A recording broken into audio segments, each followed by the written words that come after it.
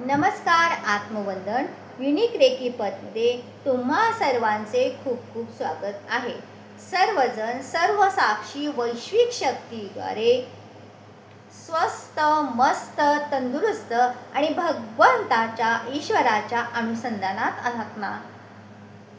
चला, आजचा विषय आहे धन्वंतरी जयंती आणि धनत्रयोदशी. चला तर मग व्हिडिओला सुरुवात करण्यापूर्वी माझे माता पिता गुरु सद्गुरु सर्व देवदेवता साधू संत ऋषीमुनी नवग्रहादी देवता तसेच माझ्या परिवारातील सर्व सदस्य यांच्या चरणी कोटी कोटी आत्मवंदन. गुरुर ब्रह्मा गुरुर विष्णू गुरुर्देव महेश्वरा गुरुर साक्षात परब्रह्म तस्मै श्री सद्गुरुवे नमः. आज आपण धनत्रयोदशी म्हणजेच धन्वंतरी जयंती या दिवसाविषयी माहिती घेणार आहोत. हा दिवस केवळ धनप्राप्तीचा नव्हे तर आरोग्य, ऊर्जा आणि आयुष्य वृद्धीचा उत्सव आहे. भगवान धन्वंतरी हे वैद्यकशास्त्राचे जनक, आयुर्वेदाचे अधिष्ठाता आणि देवांचे वैद्य मानले जातात. देव आणि दानवांनी अमृत प्राप्तीसाठी समुद्र मंथन केले तेव्हा सर्वप्रथम बाहेर आली विविध रत्ने आणि सर्वात शेवटी धन्वंतरी भगवान प्रकट झाले. त्यांच्या हातामध्ये सुवर्ण कलशामध्ये अमृत होते. त्यांनी सर्व देवतांना अमृतपान केले आणि त्या क्षणी आरोग्य, आयुष्य, दीर्घायुष्य व सौंदर्याचे प्रतीक म्हणून धन्वंतरी या देवतांची पूजा केली जाते. जसे रेकी ऊर्जा शरीरातील अडथळे दूर करते, तसेच धन्वंतरी ऊर्जा हे शरीर, मन आणि आत्म्याचे संतुलन साधते. पहा, आयुर्वेदामध्ये एक श्लोक आहे. ओम नमो भगवते महासुदर्शनाथ वसुदेवाय धन्वंतरे अमृत कलश हस्ताय सर्वभय विनाशाय त्रैलोक्यनाथाय श्री महावैष्णवे नमः.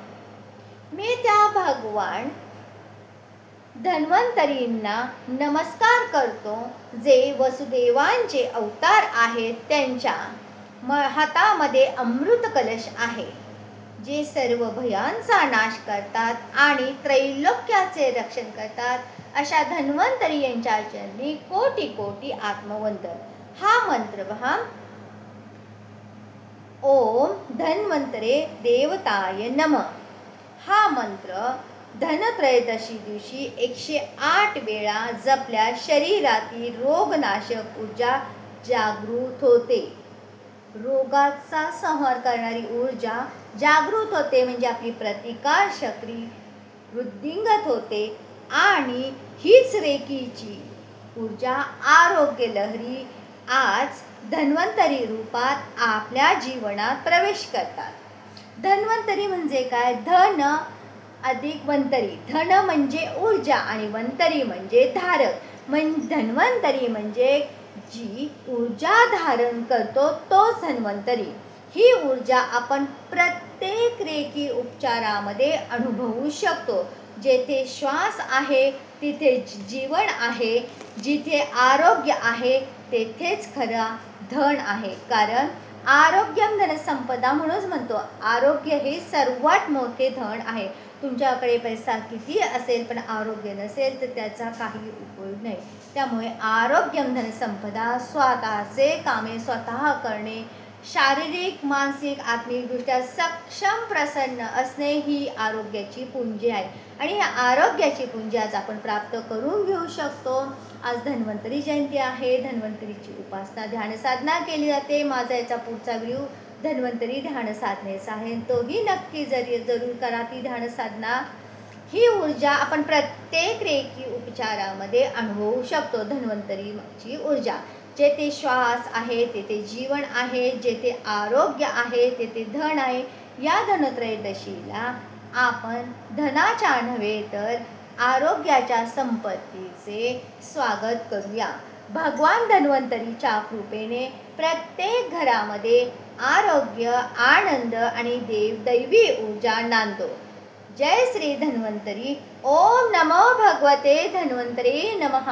हा मंत्र आज जेवढा शक्य होईल तेवढा जपा किंवा संध्याकाळी धनत्रयोदशीची पूजा मातीचा किंवा कणकेचा एक दीपक करून आपल्या प्रवेशद्वाराच्या बाहेर लावायचा. त्यामध्ये तेल आणि वात लावून दक्षिण दिशेला त्याचे तोंड करून तो प्रज्वलित करावा आणि त्यामध्ये थोडे धणे 3-4 धण्याचे दाणे टाकावे. त्याची पूजा करावी.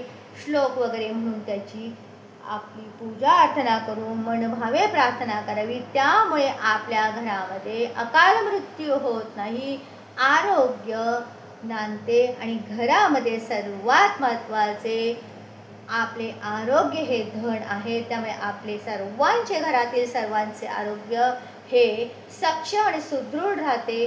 आरोग्याच्या तक्रारी नाहीसे होतात. त्यासाठी जरूर सर्वांनी आज ही दीप प्रज्वलनची पूजा करा. तसेच यानंतर मी धन्वंतरी ध्यान साधनाही करणार आहे, तीही तुम्ही नक्की करा. त्यामुळे आपल्या संपूर्ण शरीरातील चक्र सक्षम आणि सुदृढ होतात. धन्वंतरी देवतांची म्हणजे वसुदेवांची कृपा प्राप्त होते. चला तर मग हा व्हिडिओ तुम्हाला कसा वाटला नक्की कळवा. लाईक करा, शेअर करा, कमेंट करा आणि पुढील धन्वंतरी ध्यान साधनेमध्ये पुन्हा भेटूया आपण. तोपर्यंत जय जय रघुवीर समर्थ. जय सद्गुरू.